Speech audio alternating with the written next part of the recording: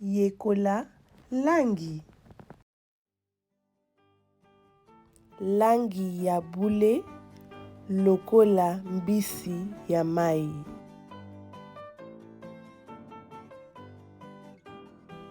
Motane lokola tomati.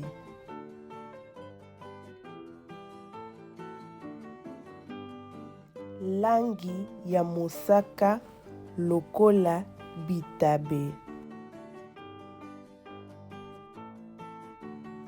Langi ya pondu lokola makasa ya nzete.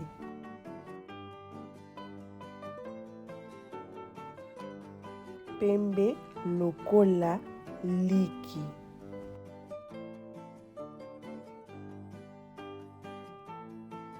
Mwindu lokola limpulututu. Oyekoli nini?